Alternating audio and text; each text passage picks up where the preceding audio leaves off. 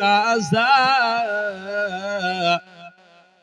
এমন তো হতে পারে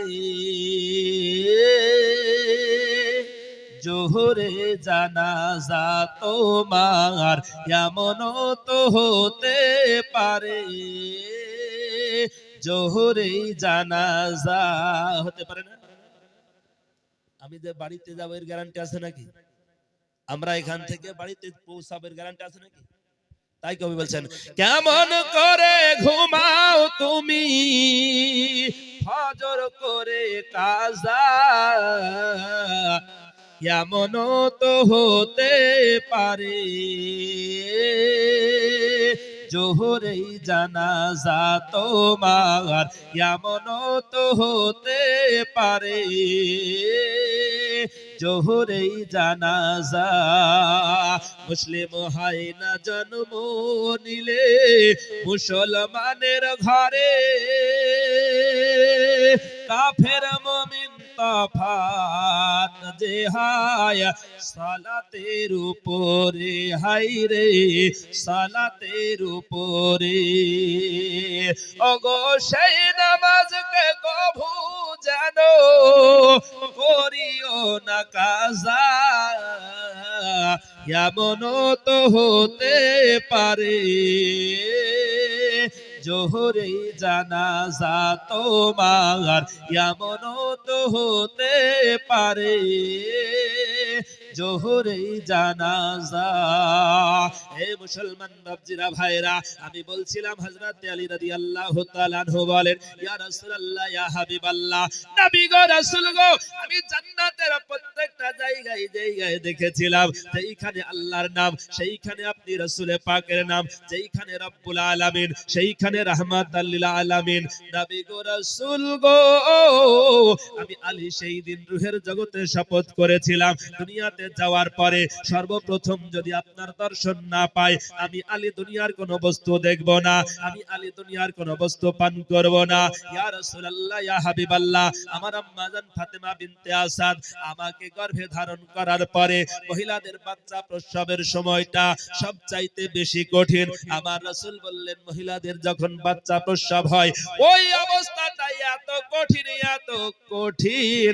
আমার রাসূল বললেন ওই অবস্থায় যে যন্ত্রণা হয় মায়েদের যে যন্ত্রণা শুরু হয়, আমার রাসূল বললেন একজন সুস্থ তাজা মানুষের গায়ের চামড়া যদি ছাড়ানোর পরে যদি টকবগে গরম তেলে ছেড়ে দেওয়া যায় যতটা যন্ত্রণা সে পাবে একজন মা জননী তার চাইতেও বেশি কষ্ট পায়। জোরে বলুন সুবহানাল্লাহ।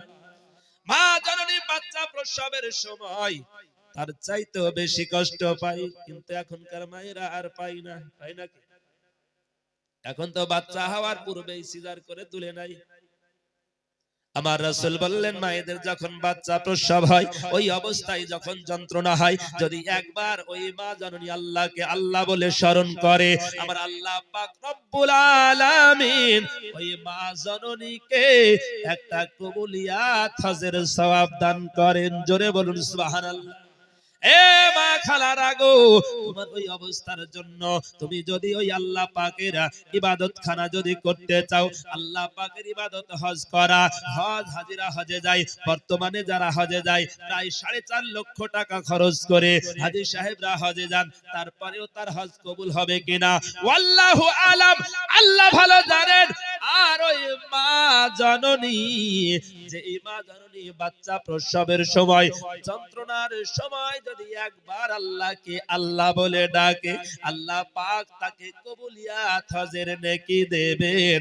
হে মুসলমান বাপজিরা ভাইরা, হযরত আলীর আম্মা জান ফাতেমা বিনতে আসাদ বলছেন আমার বাচ্চা তো প্রসব হবে, তার পূর্বেই আমি একবার খানায়ে কাবাকে দেখে আসি, খানায়ে কাবাকে তাওয়াফ করে আসি। আল্লাহ পাক যদি আমাকে হায়াত না দেয় তাহলে আমি আর ওই খানায়ে কাবাকে দেখতে পারবো না।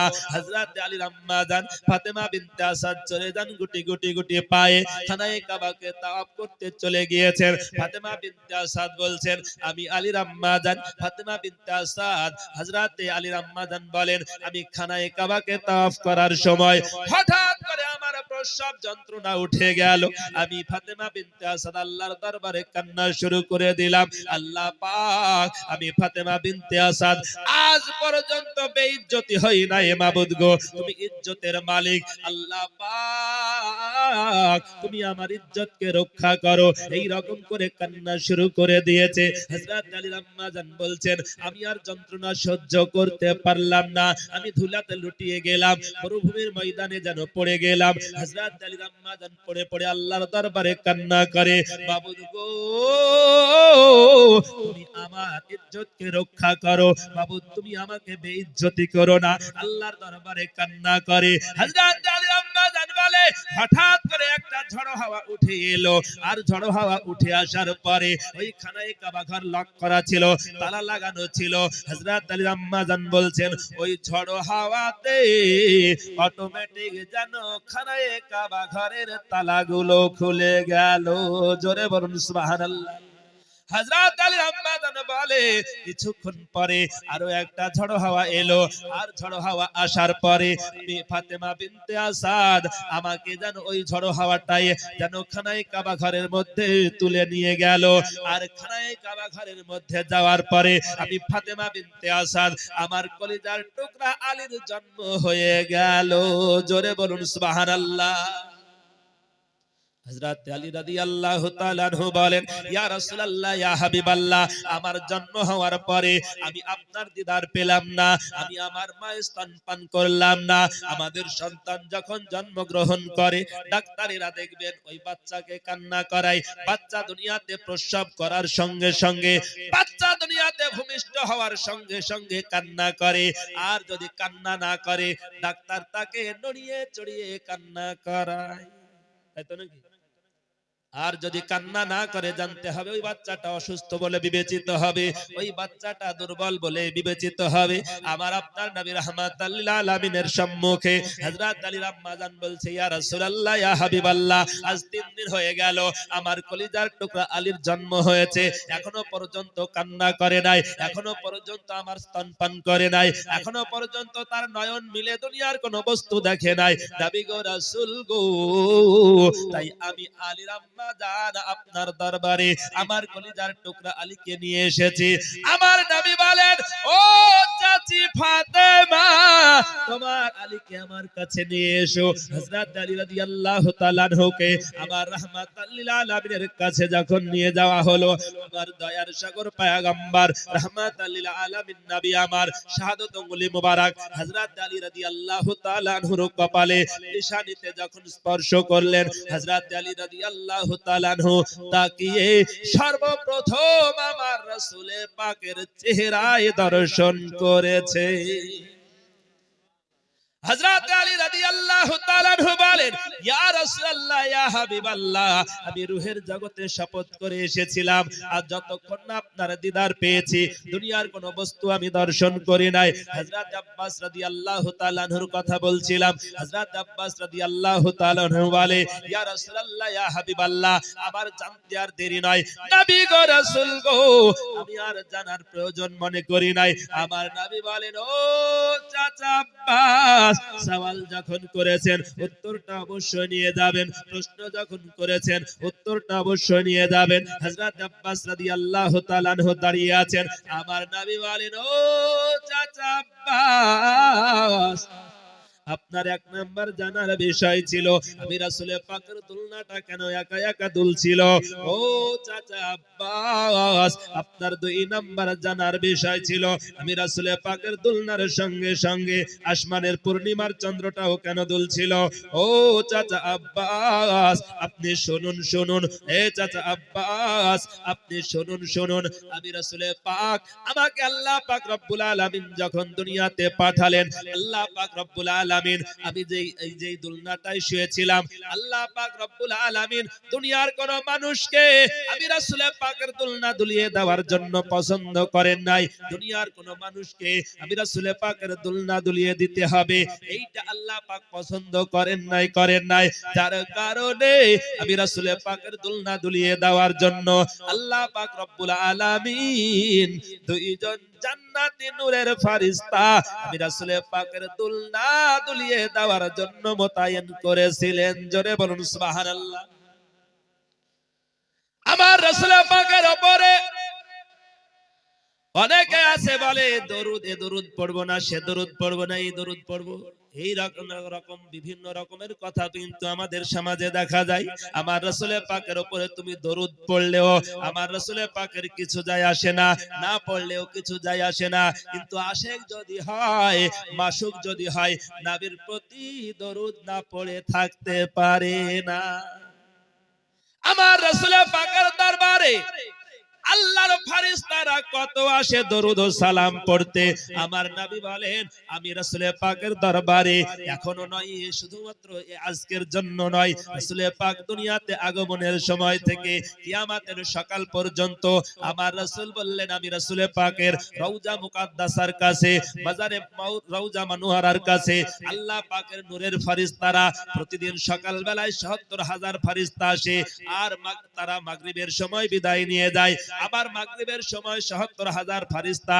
রাসূল পাকের রওজা মুকাদ্দাসায় আসে আর ফজরের সময় বিদায় নেয় এই রকম করে ২৪ ঘন্টায় আল্লাহর ফেরেশতা একজন নয় দুইজন নয় ১,৪০,০০০ ফেরেশতা নবীর দরবারে আসে আর আমার নবী বলে যেই ফেরেশতারা আমি রাসূল পাকের দরবারে একবার এসেছে একবার আসার সুযোগ পেয়েছে কিয়ামতের সকাল পর্যন্ত ওই ফেরেশতা আর দ্বিতীয়বার আসার সুযোগ পাবে না কত ফেরেশতা নবীর দরুদ ও সালাম পড়ে আর তুমি কাটমুল্লাহ তুমি দরুদ যদি না পড়ো নবীর কিছু যায় আসে না হযরত আব্বাস রাদিয়াল্লাহু তাআলা আনহু নবীর দরবারে দাঁড়িয়ে আছে আমার নবী বলেন ও চাচা জান আব্বাস আপনি শুনুন দুনিয়ার কোন মানুষকে আমি রাসূল পাকের দুলনা দুলিয়ে দেওয়ার জন্য আল্লাহ পাক রব্বুল আলামিন পছন্দ করেন নাই ও চাচা আব্বাস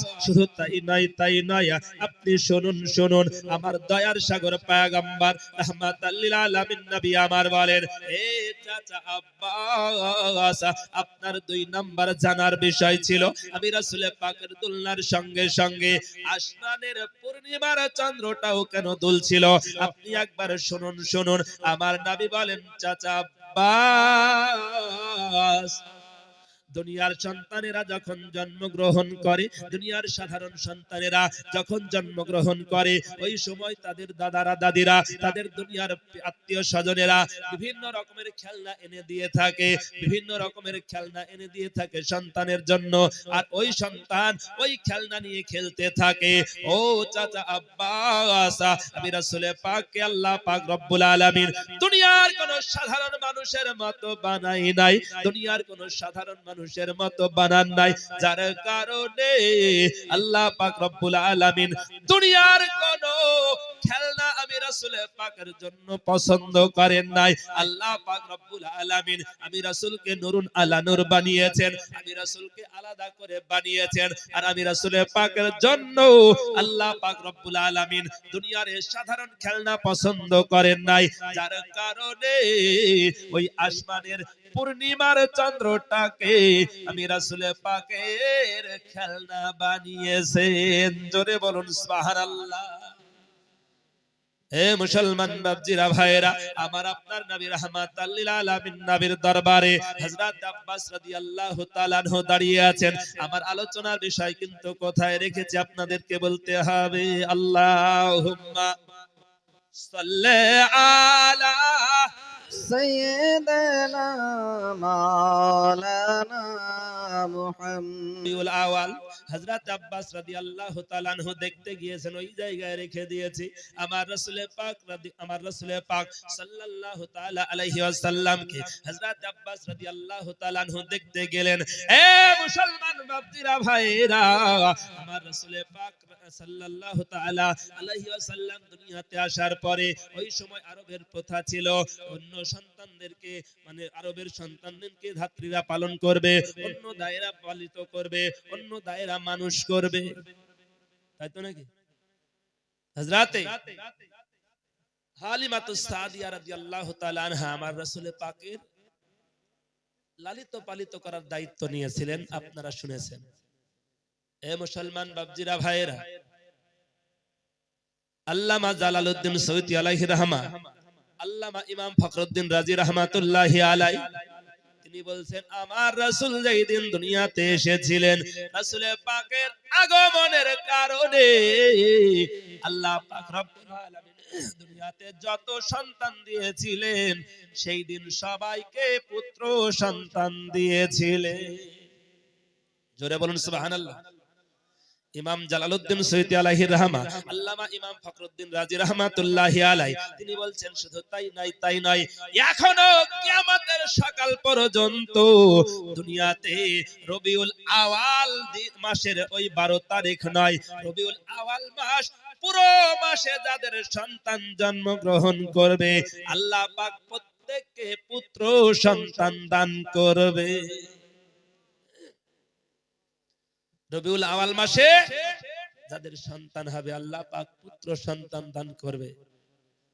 হয়তোবা এমন মনে করিয়েন না তাহলে পুত্র সন্তানের দাম বেশি নাকি? এই কথা বলতে গিয়ে একটা কথা মনে পড়ে গেল। হযরতে মুসা পয়গম্বরের লম্বা আলোচনা আমি লম্বা করব না। নবী মুসা পয়গম্বর তুর পাহাড়ে যাওয়ার পরে আল্লাহ পাক রব্বুল আলামিনকে ডেকে বলে, আল্লাহ তুমি যখন বান্দা বান্দীদের উপরে খুশি হয়ে যাও তুমি কি করো?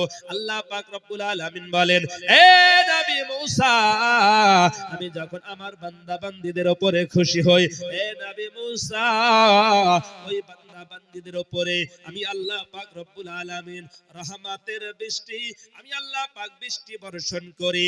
এ নবী মুসা, আমি যখন আমার বান্দা বান্দীদের উপরে রাজি খুশি হয়ে যাই, বৃষ্টি দি ওই এলাকায় বৃষ্টি হয়। আল্লাহর নবী মুসা পয়গম্বর বলে, আল্লাহ পাক আপনি যে বৃষ্টি দেন বান্দাদের উপরে খুশি হলে, তাহলে আরো যদি খুশি হয়ে যান, আরো বেশি খুশি হলে কি করেন? আল্লাহ পাক রব্বুল আলামিন বলেন, হে নবী মুসা, আমি যখন আমার বান্দা বান্দীদের উপরে রাজি খুশি হয়ে যাই, ওই অবস্থায় আমি আমার বান্দা বান্দীদের বাড়িতে একটা মেহমান পাঠাই। জোরে বলুন সুবহানাল্লাহ। এ নতুন গ্রামের মহিলারা গো, ও নতুন গ্রামের মা খালারা বাপজিরা ভাইরা, আজ এই গ্রামে অধিকাংশ বাড়িতে কিন্তু মেহমান এসেছে, আসে নাই? তাহলে আল্লাহ পাক রব্বুল আলামিনের ওয়াদা অনুযায়ী আল্লাহর নবী মুসা পয়গম্বর বলে, আল্লাহ পাক যখন তুমি বান্দা বান্দীদের উপরে আরো বেশি খুশি হয়ে যাও তখন কি করো? আল্লাহ পাক বললেন, ওই বান্দা বান্দীর বাড়িতে একটা মেহমান পাঠাই। আর আমাদের অনেকের ধারণা আছে যদি বাড়িতে মেহমান আসে আমার সব শেষ হয়ে যাবে। আমার নবী বলেন, এ দুনিয়ার মানুষেরা, যদি বাড়িতে একটা মেহমান তোমার বাড়িতে আসে, আল্লাহ পাক রব্বুল আলামিন ওই বাড়িতে 40 জন মানুষের খাবারের রুজি দান করে। 40 জন খাবারের রুজি বরকত হয় ওই বাড়িতে। মুসলমান, আপনি একবার লক্ষ্য করে দেখবেন, একবার পরীক্ষা করে দেখবেন, আপনার বাড়িতে যদি আপনার বাড়িতে কোনো মেহমান এসেছে, আল্লাহ পাক রব্বুল আলামিনের রাসূল বলছেন নিশ্চয় ওই দিনে আপনার ভালো কোনো একটা কাজ হয়ে যাবে।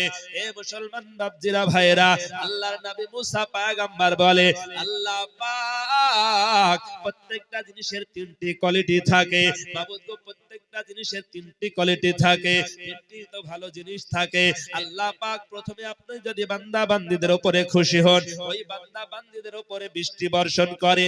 যখন আরো খুশি হয়ে যান, তখন তাকে একটা মেহমান দান করেন। আল্লাহ পাক যখন আরো খুশি হয়ে যান, যখন কোনো খুশির সীমা থাকে না, ওই অবস্থায় আপনি কি করেন? আল্লাহ পাক রব্বুল আলামিন বলে, হে নবী মুসা, আমি যখন বান্দা বান্দীদের উপরে সবচাইতে বেশি খুশি হয়ে যাই, সবচাইতে বেশি রাজি হয়ে যায়, হে মুসা তুমি শোনো শোনো শোনো, আমার ওই বান্দা বান্দীদেরকে আমি আল্লাহ পাক রব্বুল আলামিন একটা কন্যা সন্তান দান করি। জোরে বলুন সুবহানাল্লাহ। আরেকটু জোরে বলা যাবে না সুবহানাল্লাহ?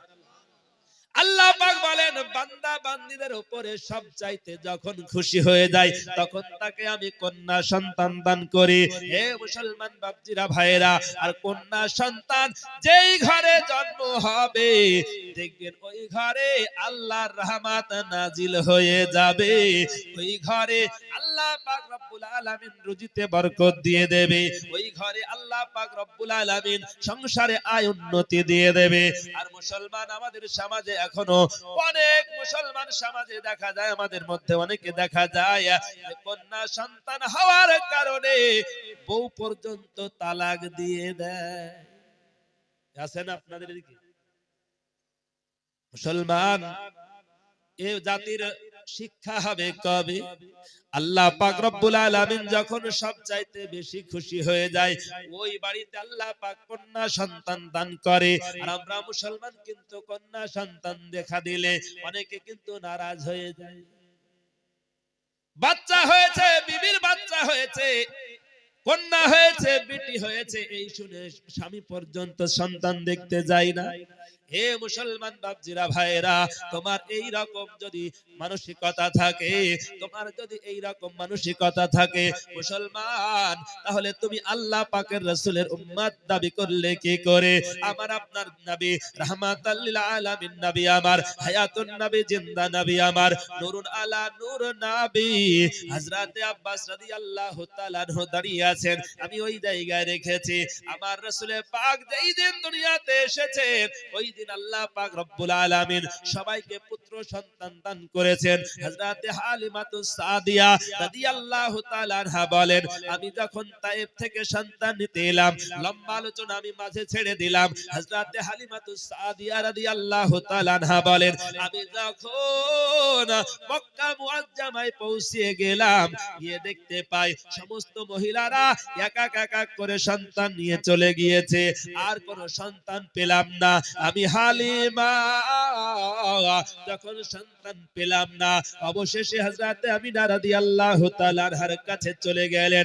হযরত হালিমাতুস সাদিয়া রাদিয়াল্লাহু তাআলা আনহা বলেন, আমি तमाम মক্কা মুআজ্জামা খুঁজলাম, কোথাও সন্তান পেলাম না, কারণ সবাই তারা সন্তান নিয়ে চলে গিয়েছে।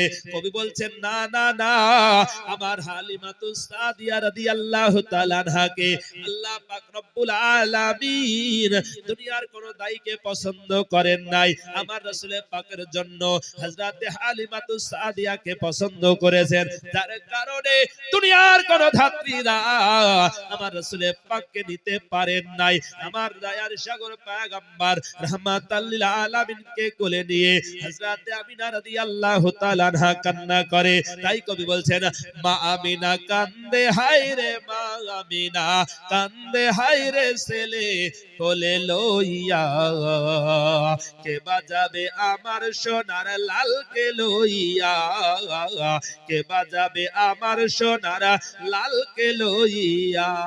জোরে বলুন সুবহানাল্লাহ। আর দায়ী যত এলো নগরে, শিশু মোস্তফাকে কোলে তুলে,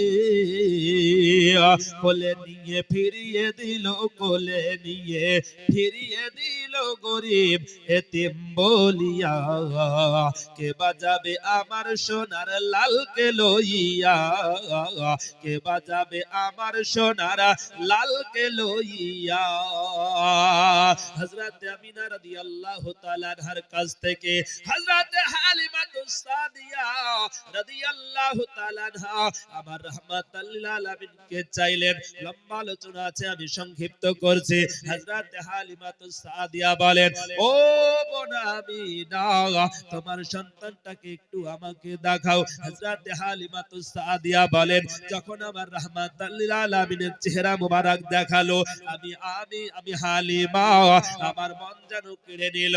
ওই সন্তানকে নেওয়ার জন্য আমার মনে আকুলি বিকুলি শুরু করে দিল। আমি হালিমা ওই সন্তানকে যখন কোলে তুললাম, হযরত হালিমাতুস সাদিয়া বলেন, আমি জানো তামাম রহমতের খাজানা আমার কোলে পেয়ে গেলাম। জোরে বলুন সুবহানাল্লাহ। আবার কোলে রহমতের খাজানা চলে এসেছে। হযরত হালিমাতুস সাদিয়া রাদিয়াল্লাহু তাআলা আনহা বলেন, ও বোন আমিনা, এই সন্তানকে আমাকে তুমি দিবে। হযরত আমিনা রাদিয়াল্লাহু তাআলা আনহা বলেন, বোন হালিমা গো, আমার তো স্বামী নাই, আমি তেমন কোনো উপঢৌকন দিতে পারবো না, আমি তেমন কোনো উপঢৌকন তোমাদেরকে দিতে পারবো না। হযরত হালিমাতুস সাদিয়া বলে, হে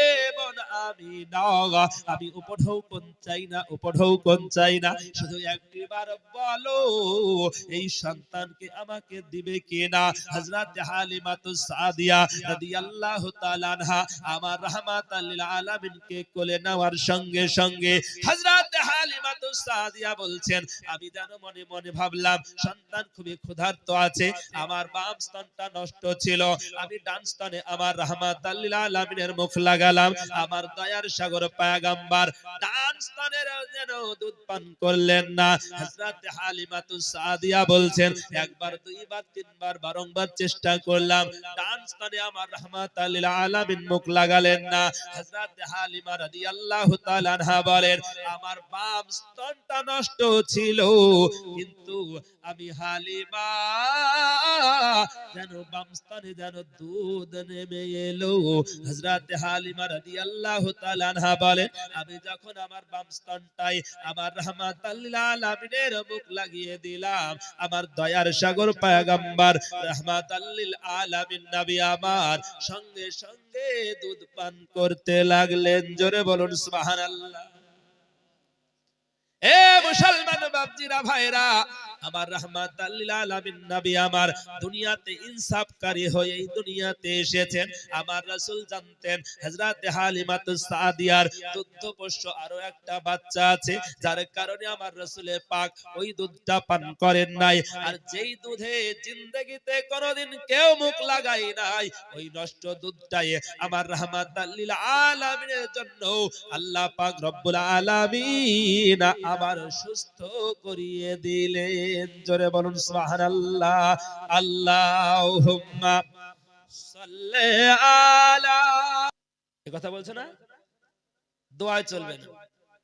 আমি কারো বিরোধিতা করে কথা বলছি না।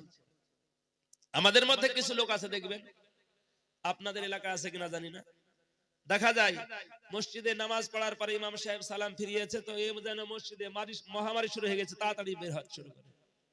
যেই সালাম ফিরিয়েছে, কিছু লোক আছে দেখা যাবে পেছনে এগিয়ে গিয়ে বসে, ও দোয়া করার মানে ভয়, যে আমি দোয়া করব না, মোনাজাত করব না।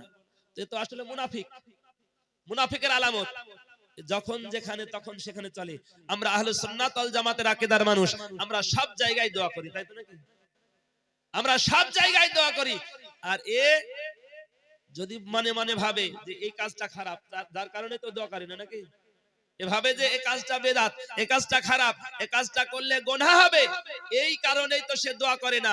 আর এই কারণেই যদি দোয়া না করে ওই ইমামকে, তাহলে তো মানে সন্দেহ করা হলো। আর ওই ইমামকে যদি বেদাতি বানিয়ে দিল, ওই ইমামের পিছনে ইক্তেদা হলো, ওর নামাজ হবে গো? আপনারাই ফতোয়া দেন, এবার ওর নামাজ হবে না। আর ওই ইমামের পিছনে ইক্তেদা করলো কি করে? অত ইক্তেদা করে নামাজ পড়লো, অথচ ইমাম সাহেব দোয়া শুরু করেছে আর ওর পিছনে হেঁটে বসছে। মুসলমান বাপজিরা ভাইরা, এই ভাইরাস আমাদের জামানায় এসেছে, আমাদের সময়ে এসেছে। এই করোনা নামক ভাইরাসের থেকেও বেশি কঠিন। করোনা নামক ভাইরাস তো আপনার জানকে অ্যাটাক করছিল, মানুষ মারা যাচ্ছিল, আর এই ভাইরাস আপনার ঈমানকে হটিয়ে নিচ্ছে। আমাদের মধ্যে কিছু মানুষ আছে বলছে আমার ছেলে তো নামাজই পড়ছে, তোর অন্য কাজ করছে না, নামাজ পড়ছে। চুরি করলে চোর হয়, জেনা করলে জেনাকারী হয়, ডাকাতি করলে ডাকাত হয়, এ গুনাহগার হয়। চোর হলে গুনাহগার হয়, জেনাকারী হলে গুনাহগার হয়। আপনার ছেলে ডাকাত হয়েছে, গুনাহগার হয়েছে, মদ পান করেছে, গুনাহগার হয়েছে, বেঈমান হয়নি। আর আপনার ছেলে আহলে হাদিস দাবিদার হয়ে এ বেঈমান হয়ে গেল। আপনি তারপরে কেমন করে মাথা উঁচু করে বলেন আমার ছেলে তো নামাজই পড়ে? আপনার ছেলে চুরি ডাকাতি জেনাখোর হয়েছে, গুনাহগার হয়েছে, বেঈমান হয়নি। আর আপনার ছেলেটা আহলে হাদিস দাবিদার হয়ে বেঈমান হয়ে গেল। আপনি কেমন বাবা যে বলেন যে আমার ছেলেটা তো নামাজই পড়ে? ও তো বেঈমান হয়ে গেল। এই যদি আমি আহলে সুন্নাত ওয়াল জামাতের মানুষ, আমার ছেলে যদি ওই রকম আহলে হাদিস দাবিদার হয়, আমি মরার পরে আমার কবরের কাছে দোয়াও করতে দেবে নাকি?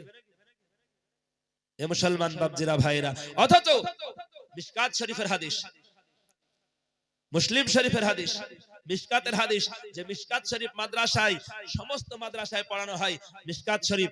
ওই মিশকাত শরীফের হাদিস রাসূল পাক বলছেন মানুষ যখন ইন্তেকাল হয়ে যায় তার জন্য দোয়া করো। তোমরা কতক্ষণ তাকে দাফনের পরে তোমরা দোয়া করো, কতক্ষণ দোয়া করতে হবে? আমার রাসূল বললেন একটা উটকে জবাই করে, ওই জবাই করার পরে গোশত তৈরি করার পরে পুরো মহল্লায় বিলি করতে এই টোটাল পরিস্থিতি, টোটাল সময়টা যতটা লাগবে ততক্ষণ তোমরা ওই কবরের কাছে দাঁড়িয়ে দাঁড়িয়ে দোয়া করো।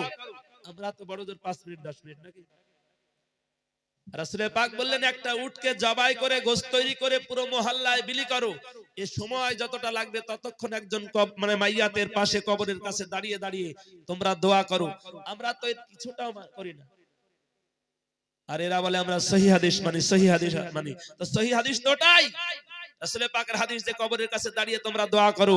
ততক্ষণ দোয়া করবে যে একটা উটকে জবাই করে গোশত তৈরি করে মহল্লায় বিলি করতে টোটাল সময় যতটা লাগবে ততক্ষণ দাঁড়িয়ে তুমি দোয়া করো। এ তো কবরের কাছেই যায় না, আবার বলে সহিহ হাদিস। মনে হয় সহিহ হাদিস, কথায় কথায় সহিহ হাদিস, কথায় কথায় সহিহ হাদিস। এতদিন বলতো এই বুকের উপরে হাত বাঁধা বুখারীতে আছে, বুখারীতে আছে, এখন আর বলে না, দেখবেন। কারণ বুখারী শরীফে বুকের উপরে হাত বাঁধার কোনো হাদিস নেই। কেউ যদি কিয়ামতের সকাল পর্যন্ত দেখাতে পারে যে বুখারীতে বুকের উপরে হাত বাঁধার হাদিস আছে, তো আমি নিজ জিম্মাদারিতে বলছি ওর আমরা সবাই আহলে হাদিস। কারণ একটা হাদিসও বুকের উপরে হাদিস একটাও নাই।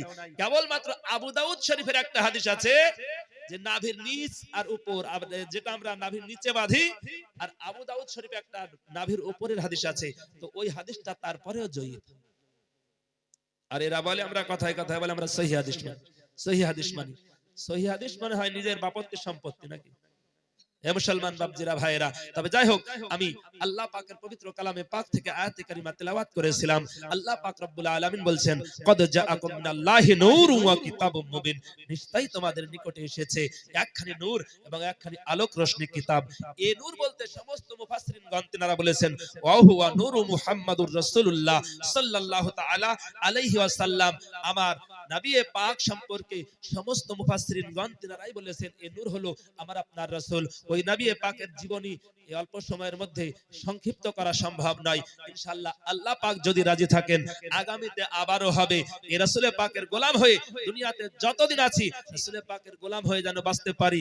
আর রাসূলের গোলাম যদি হয়ে যান ইহজগৎ মঙ্গলময় হবে আর পরজগৎ কল্যাণময় হবে। রাসূল পাকের গোলাম যদি হয়ে যান ইহজগৎ আপনার শান্তিময় হবে আর পরজগৎ আপনার কল্যাণময় হবে। তাই কবি বলছেন আর ভয় করি না জাহান্নামে আগুন নারায়া আমার নবীর নামে,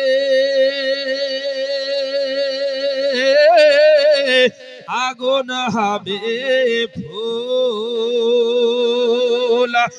খোদার নূরে তৈরি গো আমার মুহাম্মদ রাসূল, আল্লাহর হাবিব নবী গো আমার মুহাম্মদ রাসূল।